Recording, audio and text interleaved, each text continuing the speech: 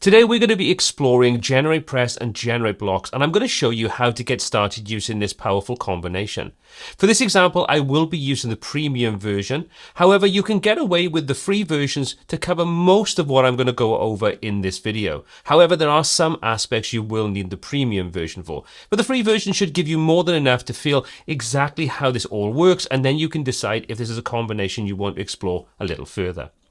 So we're going to be using GeneratePress, the premium version, and GenerateBlocks. This is a great combination for building fast-loading optimized websites. So let's go ahead first of all and take a look at how I've got everything set up, choose the different options we need to get started, and then take a look at setting up the basics before we start building and designing things. Okay, so once we've installed GeneratePress, we can come into the Appearance section. Inside there, we've got GeneratePress options. All you need to do is pop in your license key, and this will give you access then to all the options that you have as part of the premium version. And as you can see, there are quite a lot of different modules available. So we're going to enable most of these. So I want everything pretty much except for the option for the secondary navigation in this example, and I don't need the site library. So we'll choose all of those to activate those extra features that this gives us. You'll also see underneath we've got the Start Customizing option, which allows us to jump immediately into the customizer for the identity, color options, typographic system, and the layout options, and so on. You can also export all your global colors or your typography, so you can very quickly and easily make up a global setup to get you up and running much quicker if you're designing similar looking sites or you use a very similar starting point. So tap into those options should you need them. So before we actually start setting things up, let's take a quick look at what we're actually going to be creating. This is the sample page we're going to be working on. Now, it's nothing complex, but it will introduce you to some of the core skills you need when working with this combination of tools. So if we scroll on through, you can see we've got a very typical layout with a range of different options. We've got some nice styling options inside here, a consistent color scheme, typographic elements, and so on, right the way down until we get to the footer section where we've got all our copyright links and so on. So a very simple starting point, but it should go over the key things you're going to need to understand. So to start off with, let's work through our Start Customizing section so we can configure what we need. Let's go into the site identity first of all. This will open up the customizer and take us into the relevant different sections. So first of all, let's just change the title of this. Let's set this to be the Creator Network. We're going to say we want to hide the tagline, so we can ignore that. Now, obviously, if you had a logo, you could upload that at this point and set any configuration options for that, for the size and so on. I'm going to leave it just a text for this example, but use whatever you want. And also, you can upload your site icon or your favicon, which I would recommend doing on a live site. Now that we've done that, let's hop back out our site identity section and let's come into colors and we can start to set our global colors. Now, one of the things I really like about working with a tool like GeneratePress is it gives us a lot of really simple options for colors and typography, where we want to use them and so on, and we can set things up relatively quickly and easily. We can set up our global colors, and as you can see, there's a selection already created which is being used in the design. However, we can change any of these and also go ahead and add additional colors in should we need to. And all you need to do is click on the relevant color chip and choose the option for the actual color itself, the opacity of that. If you want to add variable names, add the color and so on. So I'm going to quickly go and set up all my global colors that I've already created previously to get started working with this. So once you've set up your colors, you can now go ahead and start adding those to the various different parts of the site design. Now, there's one little quirk that I found when working with GeneratePress is you set your accent color, and while it shows up as an option in the main global colors, when you go to select it, it's actually not available to you there. The old color is still showing up. So all you need to do is simply hit on Publish. We'll quickly refresh the customizer and open back up the same section. And now if we expand any of these out, you'll find our color link is already set up inside there, even though it had changed inside the actual preview window on the right-hand side.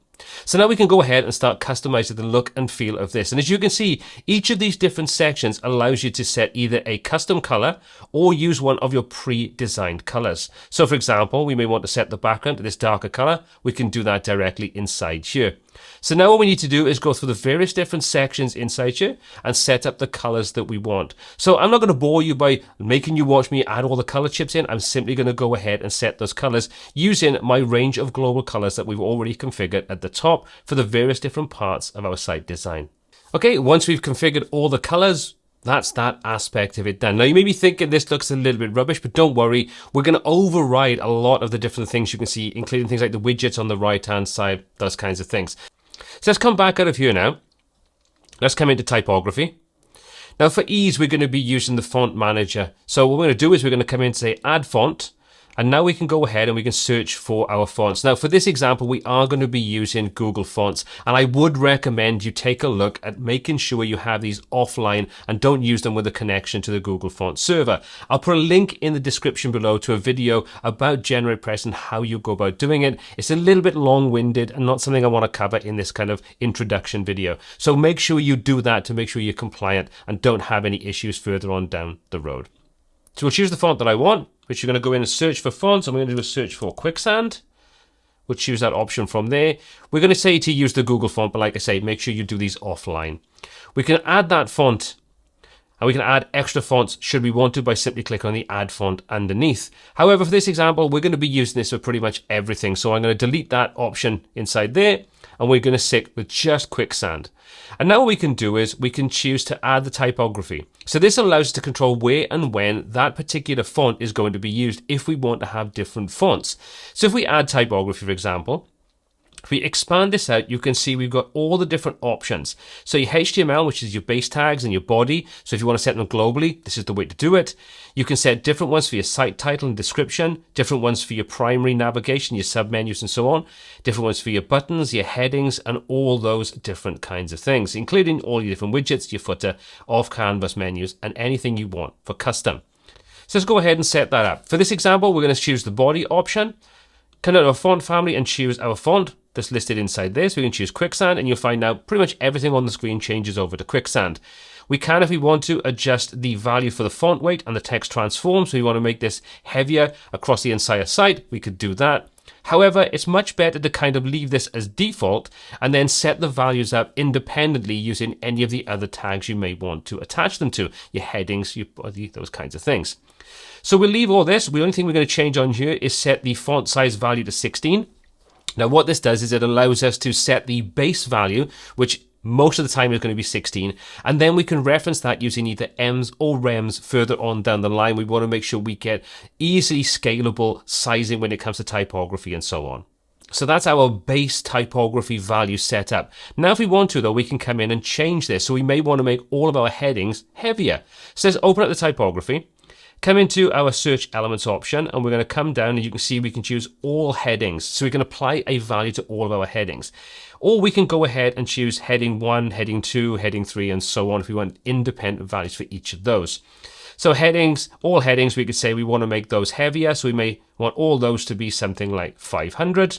And then anywhere there's headings, they will be heavier than the typography that's being used in other areas.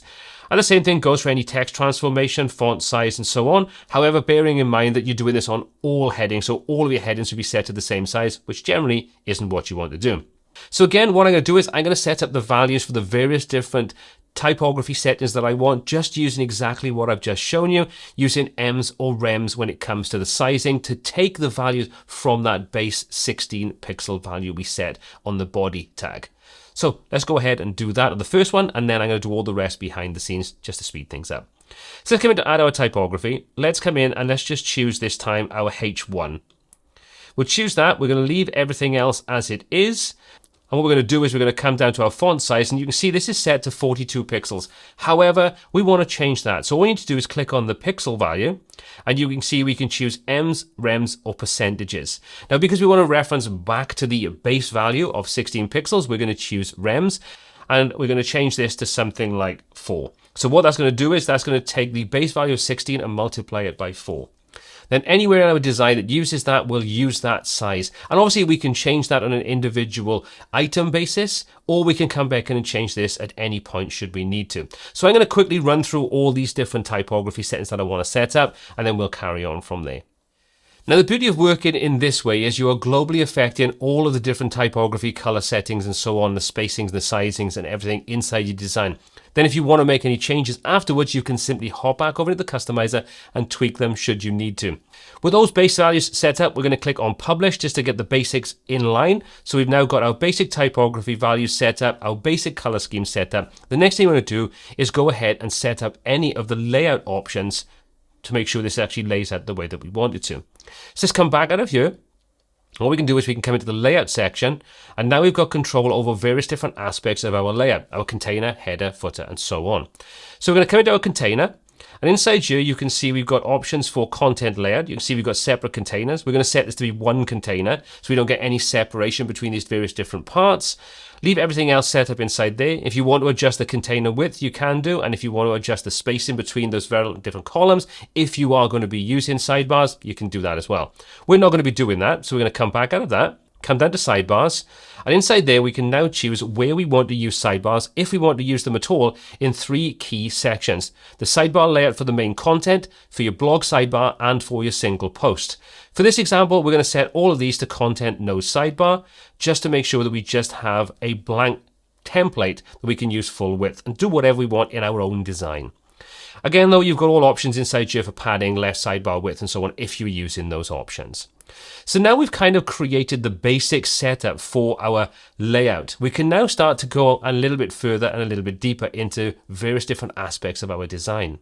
So let's come back out of the layout option. Let's come down now this time into general. We're going to enable smooth scrolling because I like to have that smooth scrolling effect. And one thing you'll notice is pretty much all our links on our site have underlines on them.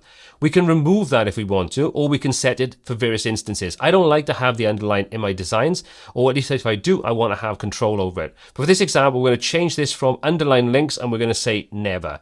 But you could set it on hover if you wanted to, however you want to set it up. And you can see now, our links no longer have the underline. Let's come back out of this one more time. Let's come down to our homepage settings, and inside there we're going to set a static page. Now we've already created several blank pages, and they are literally just blank pages. So we're going to come into a static page. We're going to set our home page to be the home blank page that I've set up, and we're going to create that entire page in a moment. Once we've done that, we've basically set up the starting point. We can now come into our menu structure, and inside there we can create a new menu. So we'll create menu. We're going to call this main menu. We're going to set this to be our primary and off canvas menu, and we're going to click on next.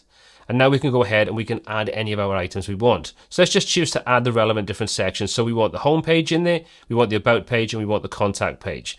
And that's basically all I want in this example. If I want to move them around, I can simply drag and drop them into the position that I want, but they're perfectly fine with the home, about, and contact sections. We're going to come back out of this, and we're going to hit publish to make sure that everything has been saved and our changes are all saved. Let's come back out of our customizer. This time we're going to go into our pages and we're going to open up our home page. So now that we've got our blank page open, we're going to start off by creating the hero section right at the top of the page. For this example, we'll build everything from scratch so I can demonstrate some of the options you have as part of GeneratePress and GenerateBlocks. So first of all, let's go ahead and add in our container. We're going to go to the plus in the corner. We're going to click on container. This is going to put a container inside here, and this is where we can set up background images, content, set the sizing, spacing, and so on. So as you can see, we now have this white rectangle with a plus in the center. If we open up the option to see list view, you can see this now shows us our container. We can easily go ahead and configure various different aspects of this. So first of all, you can see we've got the option for the alignment. If we choose this option, we've got 3 different settings we can use inside here. We're going to choose the full width option. And what this is going to do is it's going to give us the ability to have a full width background for our hero image. With that being said, if we come over to the right hand side, you can see we've got the container, the inner container width, and also the tag name. These are 4 key parts whenever you create a container inside GenerateBlocks. So first of all, container being full width, as I've just said, is going to give us the full width of the browser. However, the inner container where our content is going to sit will still be contained, and that will be set to 1200 pixels. We can set that globally throughout our entire site inside the customizer and the settings for GeneratePress, or we can manually adjust it directly inside this panel on a page by page or section by section basis. Finally, we've got the tag name. So you can see we can open this up. We're going to apply one of 5 different tags. And this is good for semantics. I'm not going to go into too much detail with this, but you can see you can set it to be a div. If you're going to set it up as a header or a footer, you can set that up. And this is then inserted into the HTML code. And it's very good for the semantic side of creating content and layouts and so on. For this example, we're going to set this to be a section. And we've set up everything we want inside here. So now we're going to go ahead. We're going to come down until we get to the bottom options. And inside there, we're going to choose background. We're going to click on browse. And we're going to choose an image I've already gone ahead and uploaded. So we'll choose this one. We'll choose select on there. And you can see now we get this little thin sliver of our background image. Now, obviously, we need to correct the spacing on this and a few other things. But we'll deal with that in a moment. If we scroll down underneath, you can see we can choose what size image we want to use. So depending upon the size of the actual layout, we can choose what size image we want. Large in this example or full will probably be perfectly fine. So we'll leave that set as full. Underneath that, you can see we've got the selector. And inside there, we've got element and pseudo element. This allows us to choose how we target various different parts of our design. Now, what we want to do is we want to change the opacity of this to create a kind of overlay effect. To do that, we're going to use this image opacity option. But keep an eye on the selector. You can see currently it says element, and we can't apply this image opacity to the element. So once we adjust that, you'll see it automatically changes to pseudo element. So even if you don't know what you're doing here, when you adjust this, that will automatically adjust and change it to a pseudo element. So we'll set this to around about 20-ish. That should do for now. And if we scroll down, you can see we can also manage how the image is displayed. So if you want to move things around based upon the focal point and those kinds of things, you can do that. And if you want to create a kind of parallax effect, you can use the attachment scroll option, set this to be fixed and so on if you want to. For this example, we'll leave it as it is. So let's come back up now. Let's come into our spacing section. And inside here, we're going to add a little bit of padding to the top and the bottom. We can adjust this afterwards if we want to without any problems. So we're going to set some sort of arbitrary starting point values. So we'll choose 150 pixels for the top, 150 pixels for the bottom. But like I say, we can adjust this should we need to. You can even go ahead and choose whether you want to work with pixels, ems, or percentages. So depending upon how you want to lay things out, you can use whichever value is the best for you.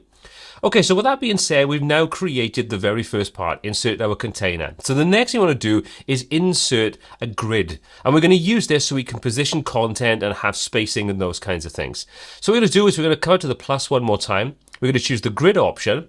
And inside there, we can now choose what type of grid we want. We're going to choose this one.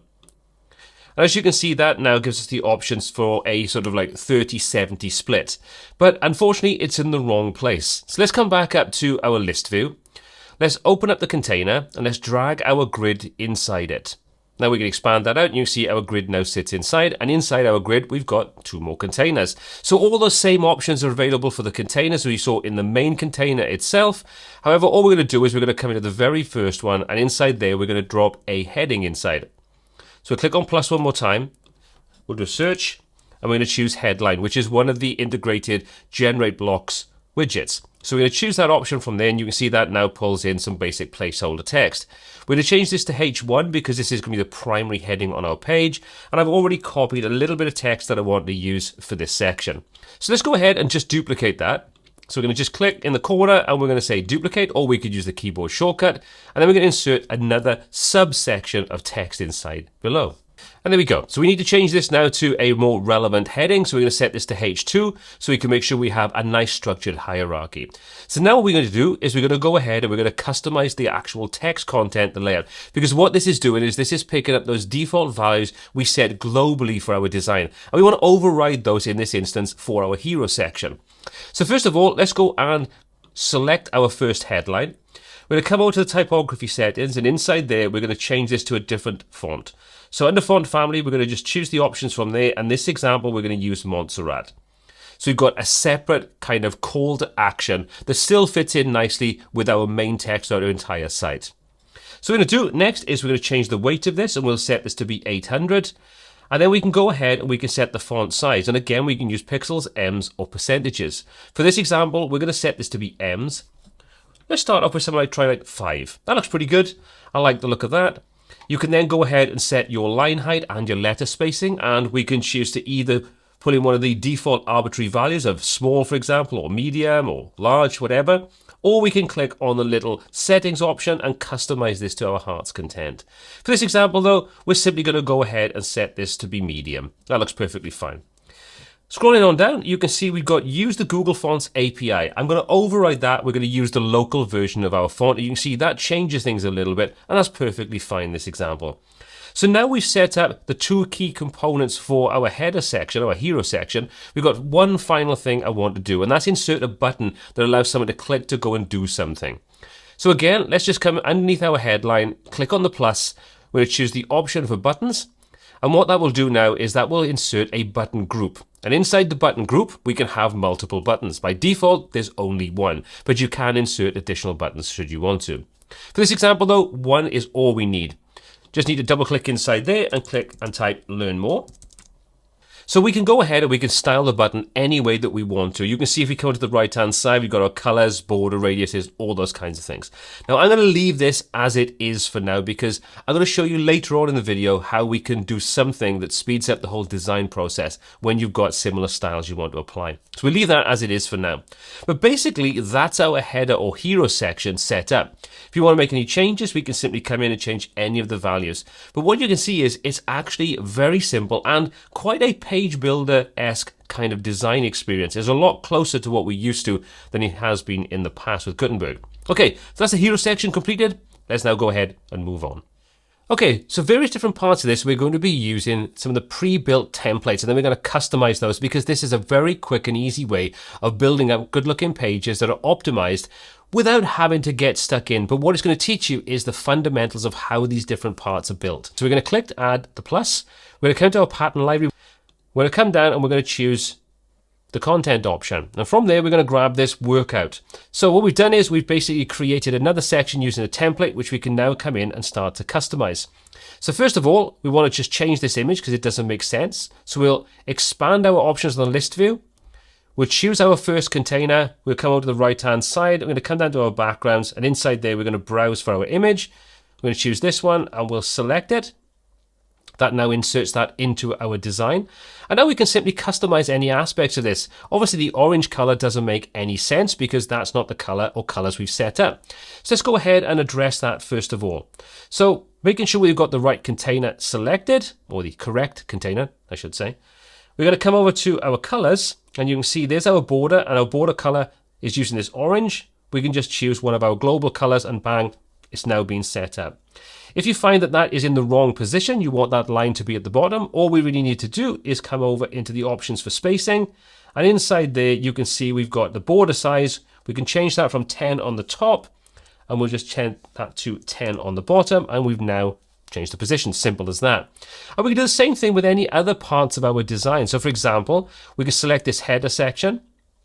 We can clear this icon, or we could change the color. For this example, I don't want this, I'm going to remove it. We can come over to our button. We can make sure that's selected. Come over to our colors one more time. Change our colors on here. We're going to change the colors to this global green color. And bang, you can see now we've just quickly changed over the colors inside there. So really quick and simple. One thing I need to do is come over to my container. Currently this isn't taking up the full width, so we're going to come over to the container itself, select the option for full width, and there we go. That's now set that up.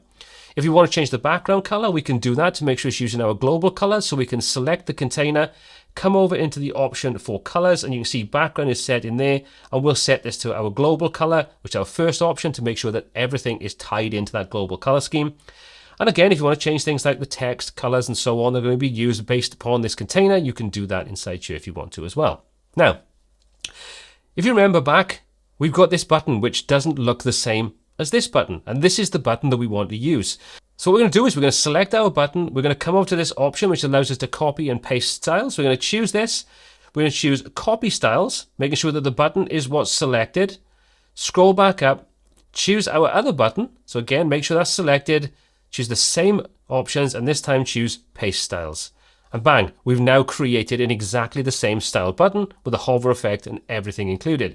The only thing that's missing is the little chevron symbol that we have linked there. So we can adjust that simply come up, choose our button one more time, come over to the icon option on the right hand side, and inside there we can choose to either insert the code for this, or we can come in and choose from our general option, or we can choose from any of our social media options. So for this example, we want to use the same chevron. So we'll just select our first button. We'll come over, we'll copy this content from there. And we'll simply come over to our first button at the top in our hero section, and we'll paste that code inside there. And there we go. We've now got an identical button. Pretty cool, really easy to do. And as you can see, hopefully, if you're new to working with the tools like Gutenberg and GenerateBlocks and so on, it is relatively simple and straightforward to do all of these kind of things. Okay, so let's just compact this down a little bit. Let's again update this. And as you can see, our design is now starting to take shape. So what we're going to do is we're going to add a couple more elements inside here. I'm not going to bore you by showing you the same thing again because it's literally repeating the same kind of process. We're going to just simply come over, come to our pattern library, and start adding in a couple more components. Okay, so we've basically finished creating the main part of our page. As you can see, everything is in place. I've updated this, and let's go ahead and preview this to see what we've currently got. So preview this in a new tab. And as you can see, all the different component pieces are in place. However, we still have a pretty rubbish looking header and footer which we need to address. So to do this, we're going to come back over into our design. We're going to hop back out of this into our dashboard, and we're going to come into one of the other features that we have as part of GeneratePress Pro, and that is the Elements option. Now, if you consider Elements as being templates, either whole templates or component pieces, for example, a header, or it could be a footer, or it could be just a blog header. All those things can be made up from elements, and we can hook those into various different parts of our design. So it's a pretty cool way of working, and it opens up a really powerful way of creating custom designs for various different parts of your site and applying conditions to them. So let's take a look at how we use that to create, in this example, to start off with, our footer. So you can click on Elements. We can either click on Elements at the top, or we can come over to Appearance and choose Elements from inside there. Or if you're on the front end, you can choose the Elements option as well. And we'll take a look at that in a moment. We're going to add a new element. For this example, we're going to be creating the footer. So we're going to grab the option for a block element, and we'll click on Create. So that now takes us over into Gutenberg, but you'll notice we've got some extra options at the bottom. And these are our display rules. In other words, where and when do we want to use them? So first of all, let's create our design.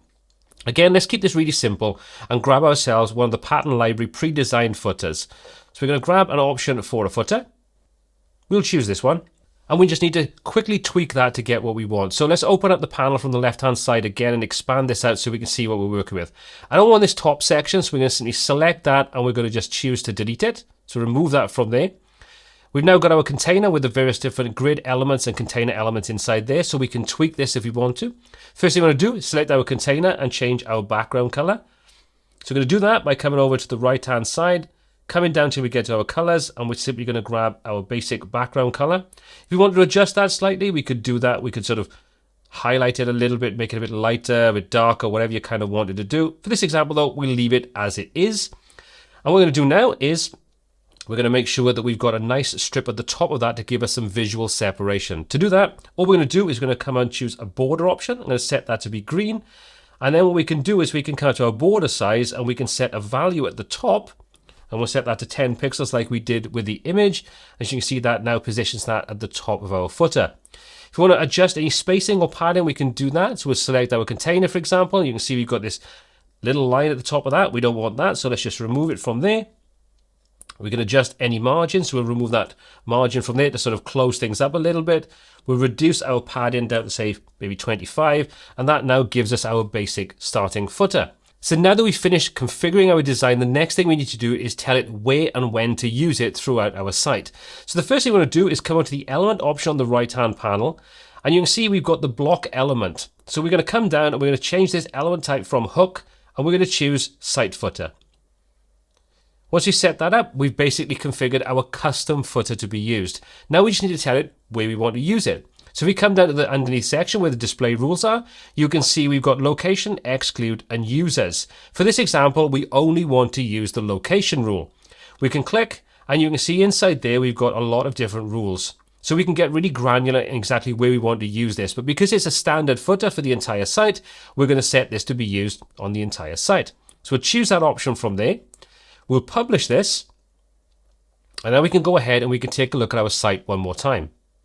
So now if we scroll down our page, when we get to the bottom, you can see there's our new custom footer, all set up, ready for us. So pretty cool and easy. And you also notice that, like I say, at the top here, when we're on the front of the site, it shows us the elements option if we've got the title bar displayed at the top of the screen, and it tells us exactly what component elements are being used in the page that we're looking at.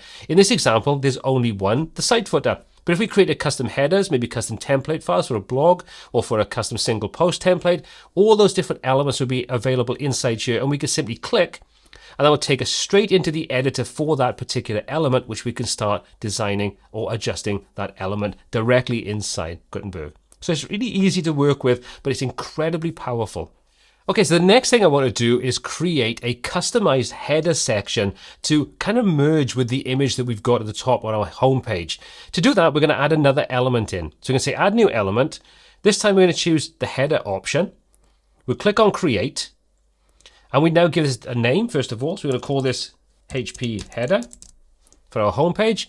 And you see this now gives us some basic options. We can choose merge with content. So in this example, we want to say we want to merge. So by choosing the merge option, what this does is this will merge with the page or pages that we set up using the conditional rules that we just saw in the previous example. So now we've set up the basics, I told it to merge. We just need to tell it where we want this to happen. So we're going to open up the display rules option, and inside there, we're going to choose the location, and we're just going to set this to be front page. If you want to add additional rules, you can do that by clicking add location rule, and you can add a second, third, and so on. So you can create as complex or as comprehensive as you want to using these options. For this example though, we're going to keep this just for the home page. We'll click on publish. We'll hop over to our front page, and as you can see, things are almost there. We still need to deal with this extra little bit of space that we have at the top, and that's relatively simple to do. So a quick and easy way to deal with that is just apply a little bit of negative margin at the top. To do that, just hop back over into your design for your page, select the top container, which is our hero, come to our margins, and we'll just pop in something like -50. That'll move things up a little bit. Save that, refresh, and there we go. So we've got most of the things that we need into our design. Now, obviously, there's a ton more things you could do. So there's one more final thing I want to show you is how you go about setting up and configuring the various different mobile responsive views and how you tweak things. Again, if you're coming from a tool like Elementor or anything like that, this is all going to feel very, very familiar. Let's come back over into our design. Let's choose our container and just focus on the one element just to demonstrate how it works. If we come over to the top right-hand side, you can see we can switch into the different modes. So we switch into the option for tablet view, switch into mobile. You can see it's set up inside here. So all we need to do now is go ahead and adjust any values that we need to. For example, the typography may be a little bit too big. So we can come in and we can change that. So let's just set this to something like 4. Adjust the line height if we want to. We can come to the second headline element, select that, and we can adjust that inside there and set that to be maybe 2. So you can see it's no real difference. We just literally come in and tweak and configure the various different parts to make sure that they look good on any of the design's devices. We can adjust spacing, padding, margins, text sizes. All those options are available to us. It's relatively simple and straightforward. If you want to change the spacing, you can just select the entire container, for example. Inside there, we can now adjust things. So we may say we want to be 100 at the top on a smaller screen and 100 at the bottom. You can see we can adjust that. If we need to adjust the margins, we can adjust that as well. So all the options you'd need are inside here. While this is a relatively simple and straightforward overview of using these tools, you can get really creative and create some really unique designs very quickly and easily. And if you'd like me to cover that in more detail and show you how to build more complex designs, let me know in the comment section below. As always, all the applicable links are in the description. My name is Paul C. This is WPTuts, and until next time, take care.